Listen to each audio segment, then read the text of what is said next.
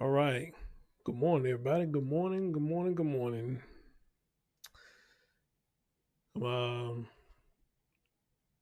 gonna try to make this quick as possible because I do gotta go get some rest and 'cause I gotta go back to work after a while. But as always, if you're listening, let me know you can hear me. Let me know you can see me, and we get right into the show. All right. So yeah, what's going on? What's going on? It's 10:19 my time. I don't know what time it is y'all time, but whatever time it is, whether you're here live or you're here listening later on, I appreciate you listening, period. So if anybody can tell me they can hear me and see me, just one person, I really appreciate that. All right.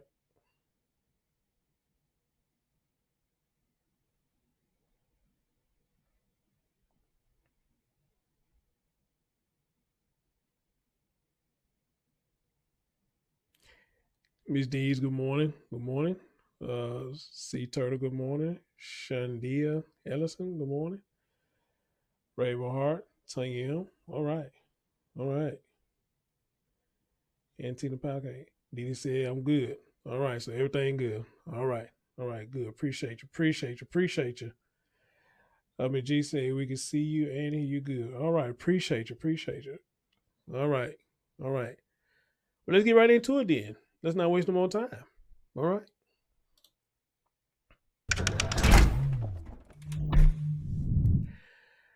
All right, guys. Like I told y'all yesterday, I had a little more information about this story. We're gonna learn today that Chase Allen, the 3-year-old boy that was found in the freezer, and that's his mom at the bottom. D. I'm just gonna call her D. This strange name, but D. That's what I'm gonna call her. We all know 3-year-old Chase had he was blind, and I believe he had probably remote disabilities or whatnot. I'm not sure about that, but looking and listening around the world, I was hearing that he had more disabilities as well. But anyway, guys, but what the information we're going to hear today is, what more has came out is, believe it or not, for what they saying, CPS was called 13 times to try to get these children to safety. And I believe they did take the children out, but then somehow, like the past stories I've done, somehow CPS just felt like that the mother need to get them back. And here we are again, another child who got taken out of danger and got put right back into danger when all of them could have been saved. All right. And when I heard this myself, I said 13 times and still nothing. I mean, what did they do all them 13 times? I mean, was it just a quick visit? And they just say, oh, okay, well, everything look good. We're going to go on by our business. What the hell really happened here? But 13 times, though. And then we're going to hear a little more details about, the freezer thing and all that. This story just horrific. It is. And it makes you sick to the stomach when you hear more about this story. But ladies and gentlemen, have a listen with me. All right? And again, if this is too much for you, I understand. You're more than welcome to leave, because it is gut wrenching. New questions tonight following that gruesome discovery of a 3-year-old boy found in a freezer on Detroit's west side. Family members say CPS was called, but the kids were allowed to stay in that home. We're covering multiple angles here at 5 on this. Karen Drew has been working her sources on some of the warning signs that may have been missed here. But we're going to begin with Victor Williams, who's been speaking with family today. Victor. Yes, Jason. Well, first off, these are some pretty horrible accusations, but as it turns out, this is not the first time that this mother has dealt with child abuse allegations. Back in 2018, 31-year-old Azuradee France was charged with third-degree child abuse, which was later reduced to child abuse to the fourth degree. While the circumstances surrounding the charge are unclear, Azuradee reduced. They said reduced. Wow. Served 2 years probation. Fast forward to the death of her son, Chase Allen, and relatives like Leslie Cannon say the signs were there all along. It seemed that there were red flags, and people did point towards those flags and try to get some help. She claims other family members had to contact CPS themselves to intervene, leading to a change that was only short-lived. CPS was called several times, and they were taken and they were brought back, and it was just something that they missed. So it's very unfortunate that you do the proper steps to try to get the children help, and obviously it looks like the system had failed Chase. So now many are questioning why Chase was allowed to fall through the cracks of a system, especially given his mother's history. Something went wrong somewhere in her past. Psychological evaluation, counseling, nothing can bring the baby back, but this is deeper than sentencing someone to prison. It's just more unfortunate news for community act. She said something went wrong. I can tell you one thing that went wrong. She had one child and couldn't take care of it, or didn't want to take care of it. All right. Then after she had that one, she continued to have multiple children and couldn't take care of them, or she didn't want to take care of them. So that's one problem right there. So ain't nobody's fault but hers. Nobody's fault but hers. And the stupid fools who sit up there and lay down and got this woman pregnant. You know, so yeah, that's the first problem right there. All right, so you're right, ma'am. There is a problem in her past. And that's one of them right there. Activist Tamara Liberty Smith, who tried her best to help Azuradee on many occasions. I've offered to come and bring her things. She never will let me to the house. She will, I have to come to you. Her biggest concern are the other kids who were inside the house with Chase from beginning to end. They lived with this. They saw things that we couldn't even fathom. And family members are telling me that the other children inside the home were between the ages of 9 and only 3 months old. But for now, we are going to go ahead and toss it over to Karen Drew, who has more insight of what may have happened inside that home. Karen? Well, you know, Victor, you mentioned that family contacted CPS. So I did some digging, and I have confirmed information here that CPS was contacted 13 times. 13 times on this case. One time back in 2021, the child was brought to the doctor on allegations of abuse. They checked him out. They deemed he had no injuries, sent him right back to the home. I called CPS today. We demanded some answers. Wow. They don't want to talk on camera, but they issued a statement, and that said, in part, the department by law cannot release specifics about CPS investigations or confirm whether or not CPS has received complaints about a specific family or individual. Now, I was able to find out more about that home on the 12,000 block of Monte Vista. Sources telling me they went inside. The living conditions were simply inhumane. They saw roaches climbing on the walls, rodents on the floors, rotten food all over, garbage all. And you mean to tell me CBS didn't see none of this right here? They didn't see none of the living conditions. They didn't see the roaches and rodents. And they didn't see the rotten food and the garbage and all that. So CPS didn't see none of this. They was called 13 times and CPS didn't see none of this. Nobody seen this. But the news seen it, or whoever else seen it is reporting it to the news. They seen it. But CPS being called. Nobody else seen this. Man, this shit is crazy, man. Crazy and foul. All over the furniture and the floor. I'm also learning a little bit more about the freezer. Apparently, it had not been working for the past few weeks. There was a liner in the freezer, but they're wondering the reason why they couldn't smell the stench of the decomposing body. It was because of those inhumane conditions inside the house. Karen Drew, Local 4 investigators, back to you. It's so hard to imagine those children living in those conditions. Karen, thank you for your insight in that reporting there. So by them saying what they saying here, that mean when they came in the house was already just that funky that they couldn't tell there was a body in there or not. And I guess that's understandable.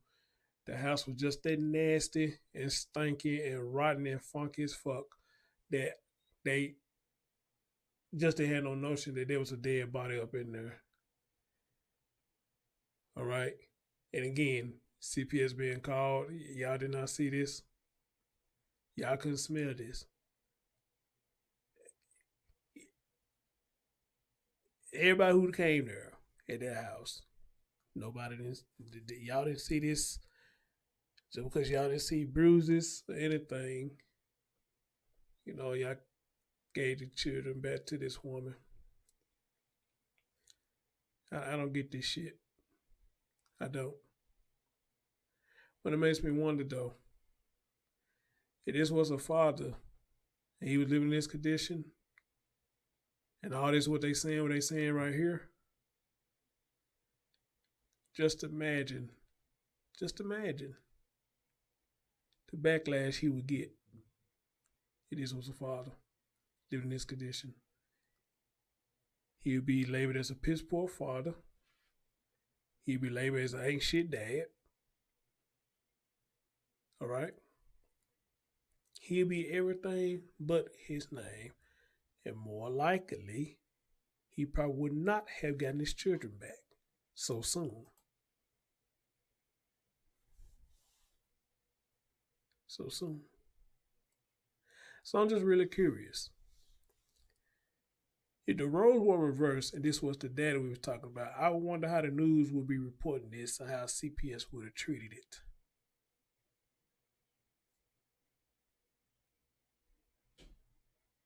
Roaches and rodents. And the smell of the house just horrible.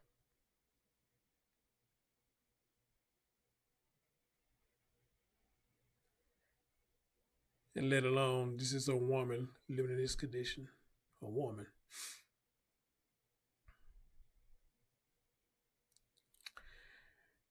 And again, you had to ask the men who slept with this woman. You got to ask about their mental state. Because everybody else saw this. I'm sure they saw it too. If everybody else smelled it, I'm sure the men smelled it too.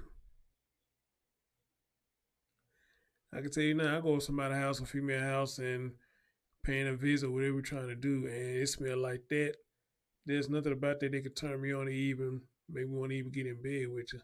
If anything, I'm finna turn right back around and go home. Now, would I help you clean your shit up? Probably so, because I wouldn't want nobody to be living in conditions like that. But then again, it's one of the things that they say, hey, I can't help you, you won't help yourself. So you sitting on your trifling ass up there living like that, stinking like that. Then it makes me wonder, do you wash yourself? Do you wash your ass? Let alone do you wash the other kids' ass, you know? If you want to sit in there and live in that filth like that, then I can't help you if you don't want to help yourself.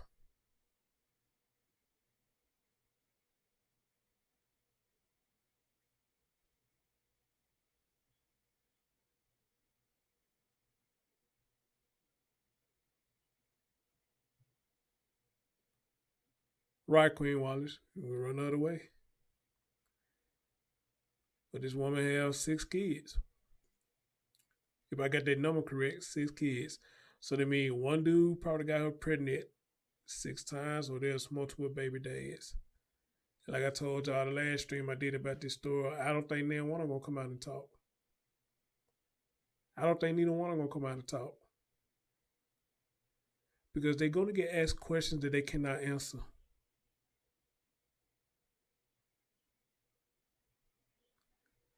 Now, unless they all locked up, he or he's are locked up. I guess that's different. But if they're not locked up, he or he's, they're not locked up, I guarantee you that they ain't one of them gonna come out and talk. Because at this point now, the way that it's getting out, it's gonna be an embarrassment to them. Whereas my thing though, you already embarrassed yourself when you lay down with this woman. That's why I say with a lot of us men, we'll fuck anything. If we got a hole in it, we'll fuck it. And I get it. I like sex just as much as the next man and sex as much as the next woman. But if her living place is dirty, what make you think she's clean? Amen? If her place of living is dirty and funky, what would make you think that she's clean? And vice versa. You go over to a man's house and his house is funky and junky, what makes you think he clean?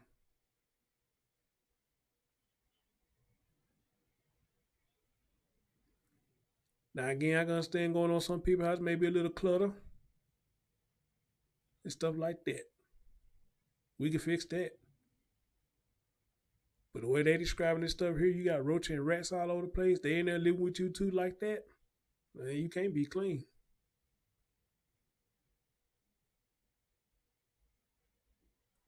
You can't be clean.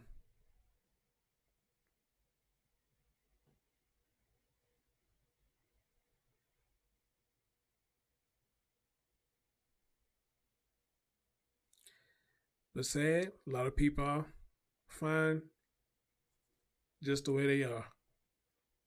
And I guess who am I to tell them any different? If they find the way they are, who am I to say any different? I just know it can't be me. It won't be me. Right, these. If it's that bad, they probably don't want to greet them at the door.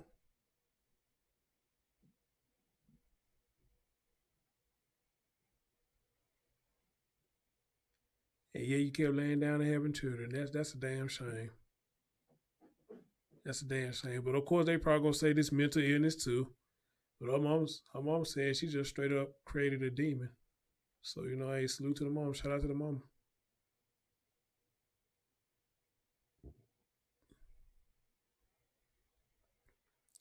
Salute and shout out to the mom.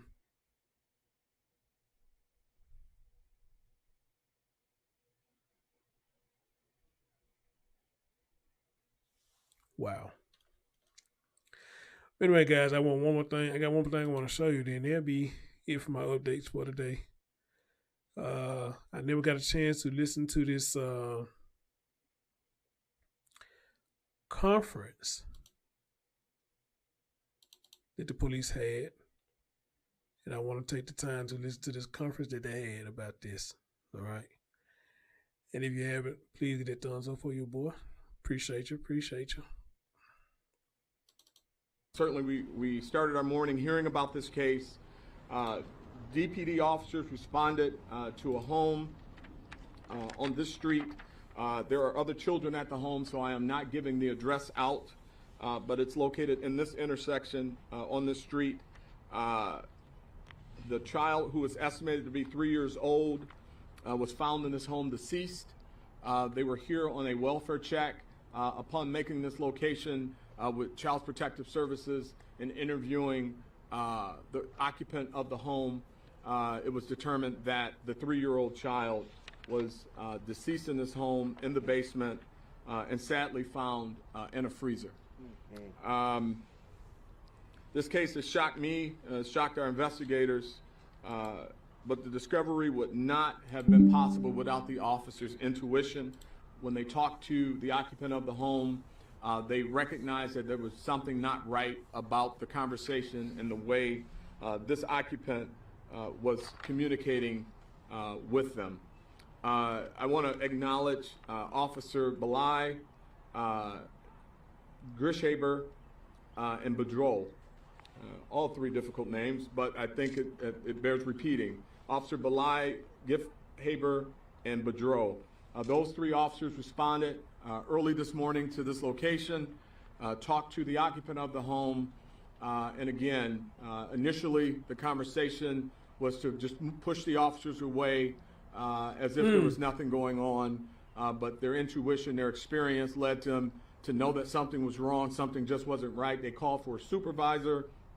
Upon the supervisor's arrival and additional conversation, this tragic and sad discovery happened, and we're certainly getting support for the officers. That is something that no one should have to see. And as I indicated, the other kids that were in the home, just imagine what they must have gone through and what they must have endured being inside of that home. And yes, the child was decomposing, and yes, the child was found in the freezer. So with that, I'd like to bring up Captain Blackwell to talk a little bit about the case. We can't get into too much of it. I hope you can respect that. The prosecutor will have to chime in on this case. It's wide open, and I don't want to compromise her work by talking too much about specifics, but we will give you an overview, a high-level overview on where we are with the case. Captain? Thank you, Chief. Good morning, everybody. I'd just like to say that after the chief's overview, that's pretty much what we have so far. Homicide will be spearheading and leading this investigation. Child abuse will assist. We are also partnering with Child Protective Services, and the 2nd Precinct, as the chief indicated, did an outstanding job on realizing there was something else. There was something else going on here. It's much deeper. You know, after being on scene last night and seeing some of the things that we saw, I just want to put out there that the police department offers a lot of resources for parents, those in need. So just don't feel like you're alone. If there's something you need, reach out to us. We have victims counseling. Yes. We have chaplains. We have peer support. There's support out here for you. So do not feel like you're alone. With a parent being, with the Detroit police officers being the first line of defense for citizens, you want to think that parents are the first line of defense for children. So we need to ensure that if you are out there and you need assistance, we're a phone call away. Amen. That's right. Question? That's right. Can you verify that it's the parent who was taken into custody and what the process will be for the other children now? Yes, but we'll be partnering with Child Protective Services to try to place the children. So she was the mom of the boy that was found in the freezer? That's correct. Okay. What led to the CPS investigation and the welfare check? Can you get into that a little bit? Who notified you guys? I don't know at this time, but CPS was called, and then a vehicle was scout car was dispatched. They met over here and did an investigation. Mom was asked some questions, and it just didn't seem right to the officers. So they made the decision to get a supervisor out here, and they did a great job. Is there any indication that the other kids knew that their sibling was in this freezer? Well, they have to go to Kids Talk and be interviewed. No indication at this time what exactly they knew. One way or another. Yes. Do you know if this was a kid with disabilities? We can't confirm that yet as of right now. What was the condition of the other children in the home? I did not actually see that. They were taken to the hospital where they were looked over physically, and then once they go to Kids Talk, they'll have. One of them asked the question, was there no disabilities? And she said, she don't. That's what she told. She said she don't have the exact information on that right now. So allegedly he had other disabilities besides him being blind. But I would love to see the affidavit of this my damn self. Been interviewed with psychologists to determine where they are at that. Some of the neighbors talked about how this child was missing since maybe the first of the year. Can you talk about how long maybe this child, in your estimation from initial investigation, has been missing? Chief said the child was decomposing. At this time, we don't know. There is some talk amongst the neighbors that they hadn't seen the child, but we don't know at this time how long they could have potentially been missing. Is now and if she's cooperating with investigators? I don't know if mom has been interviewed. Mom is in custody right now. Any obvious signs of trauma with the child? It'll be hard to tell. Yes. What's the condition of the house? You said you don't know. The house was in poor condition, and there are a lot of concerns for the other children based on what was seen in the home, and that's where we are right now. Can you talk about the mom at all, like the state of mind or anything like that? Well, obviously, we're dealing with a lot when you look at what we suspect occurred. We've got an interviewer. I don't want to characterize how she presented. It could have an impact on the case, but it's a tragic situation. Additional kids, 5 other kids in the home, and as you can imagine, they're all going to be suffering from some level of trauma. As the captain indicated, with Kids Talk and the psychologists and things such as that, we'll learn more in the coming hours and coming days. Some of the neighbors indicated that there might have been a man also living in the house, possibly her boyfriend. Can you kind of confirm that or anything that you might have seen? So the investigators are looking at every single thing. They're looking at everything from video assets to look at. Oh, you know what? I forgot about that too. I think it was alleged that a dude was staying with her. I don't know how true that was, but I do remember seeing somewhere that allegedly some dude was staying with her too. And I'll say this, Christ. If that's the case, man, again, you got to ask about his mental state and is he just a trifling man? Well, apparently it is true. He was just as trifling as she was, And if that is true, then I probably wouldn't be surprised that if he probably helped to commit whatever she did to harm this child or whatnot, you know. But again, with a lot of people that need a place to stay, it's like they don't give a shit where they stay as long as they got a roof over their head. Man, look, you gonna live like that, you better off just staying on the streets, all right?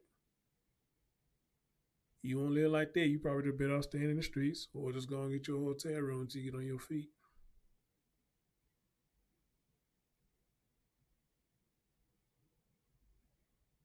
But we see now, man, some folks just don't give a damn.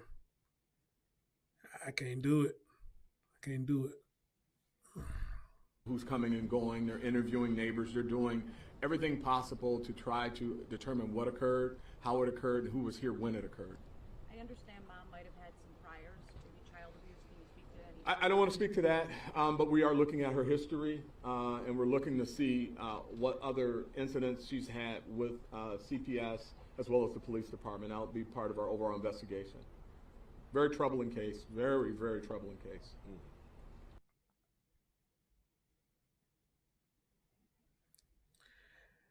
All right, guys. I don't think it's the whole thing because they cut off right there. Look like they were still asking questions, so I don't know where the full one is, but I think we get the gist of what's going on here.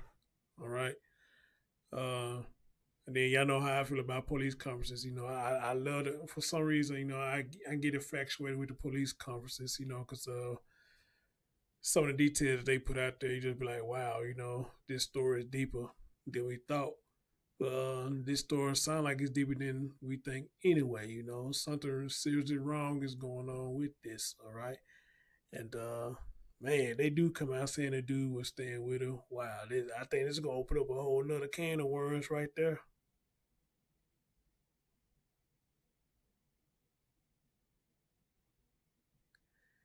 If it was a guy that was staying with this woman, and it come out that's true, I think this gonna open up a whole nother can of worms. Look, man, I get it, man. We all get fucked up sometimes. Whether we lose our car, or we lose our home, whatever the case may be. But at the same time, though, a lot of us gotta have this thing what we call dignity.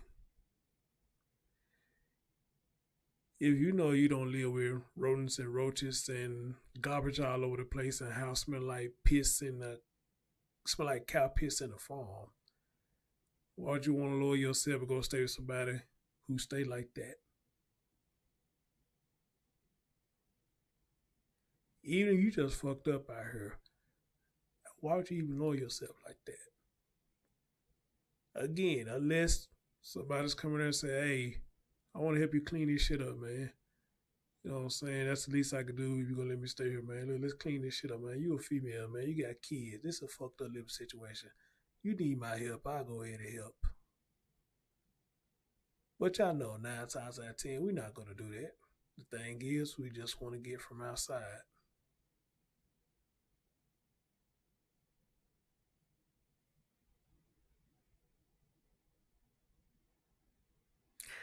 Now, Didi, you may be right. It could have been. Hey, Marilyn. Hey, babe. How you doing? It could have been that too. Could have been a trap house. I don't know. But even if you trapping out of there, though, if it's like that, why would you want to buy your drug from a person like that, man? This shit just sounds sickening. It does. Just sick to the core.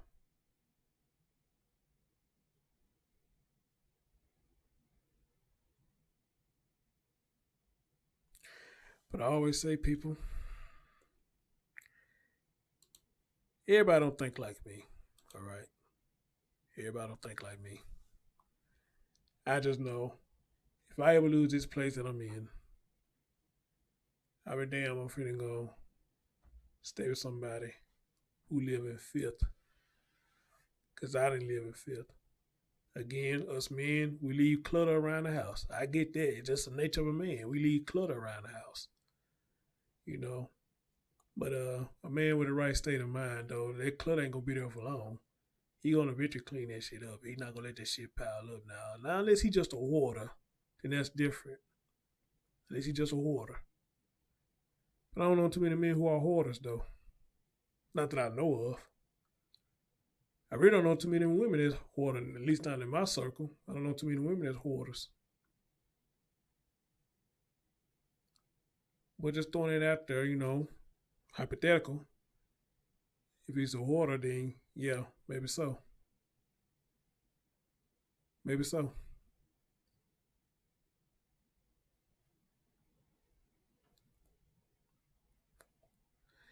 Then on top of that, what's going to be interesting about this is if there are multiple baby dads. That's gonna be another thing that's really interesting about this. Are there multiple dads?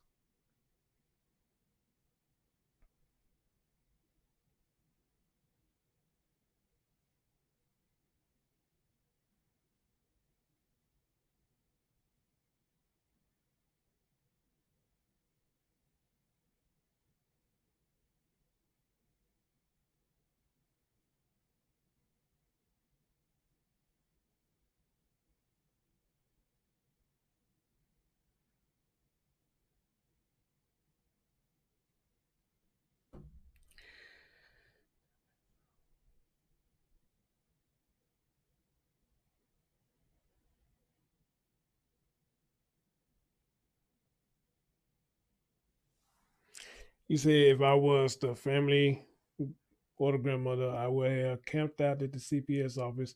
I could not just go home and go about life and say, oh, well, I understand it. I understand it. Millie Lynn, she said, I was just going to comment that, Chris. Some people will live anywhere as long as they have a roof, and some people will actually sleep with anybody in order to have a roof. Yep. Yep. Yep.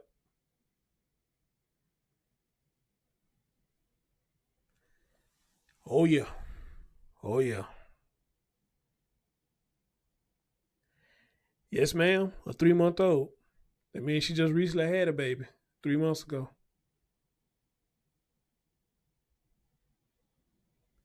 So you can't tell me none of these dudes that lay down with her and they didn't see this. They didn't see all this. They were well aware.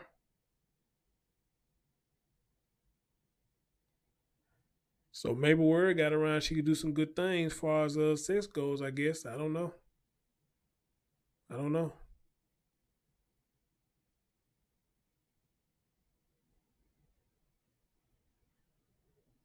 But again, like I say, to some men, I guess it's just this serious to get their ding wet. It's just this serious. Then we'll sit up here, we just sit up here fuck anything.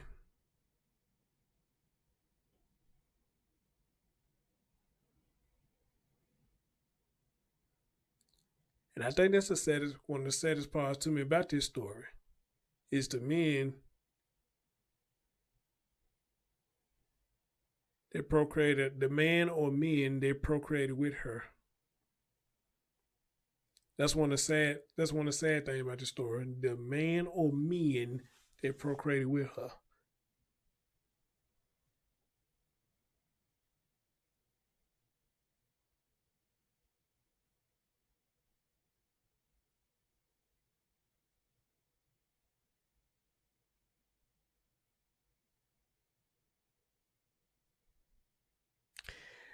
Madeline, you know what? Again, I gotta stress, I don't have children, so I don't know how the CPS or the social services work. So I'm ignorant to all that. So I can only go by what a lot of y'all may have experienced dealing with them, or what these stories come out and say. I remember a long time ago, I did have a CPS person come on my show. I had an interview with him. It's been about probably back in 16 or 17. I had somebody from the Tennessee Department, Children's Safety, come on my show and asked them a few questions. I gotta find it before I let y'all hear it. And y'all would have seen the chat room that day, man. A lot of them folks were getting outraged. They was. They was getting outraged. The more I let them in talk, the more outraged they got. I guess in a sense I understand. Because the people who's getting outraged had their experience with CPS. But if I find that, when I find that interview, I'll run it on the channel premiere and let y'all hear it. And see what y'all think about it.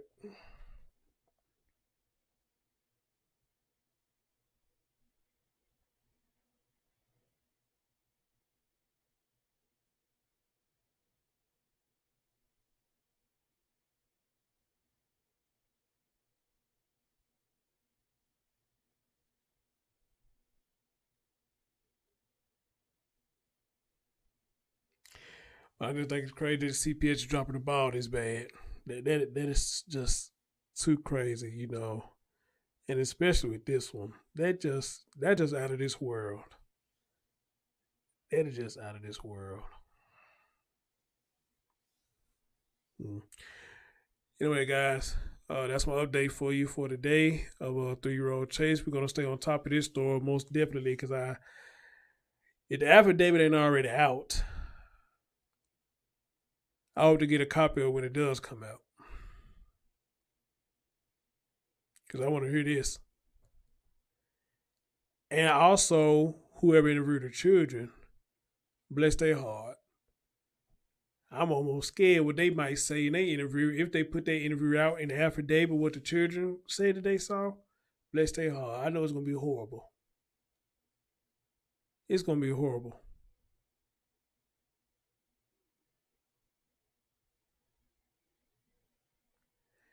So, y'all good peoples out there that send me these stories, you get a hold of the affidavit.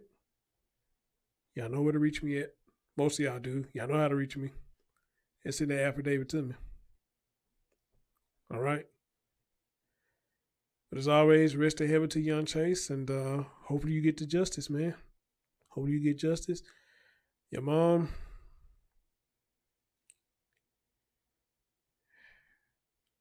I don't know what I can say about your mom that ain't already been said, man. I mean, your grandmama said it all. Your mom is a demon. That's it. That's it. All right, guys, y'all be safe out there. Take care of yourself. I'm going to give me some rest. And keep your children safe and keep yourself safe. As always, Crystal, I love you. And we are out. Peace out.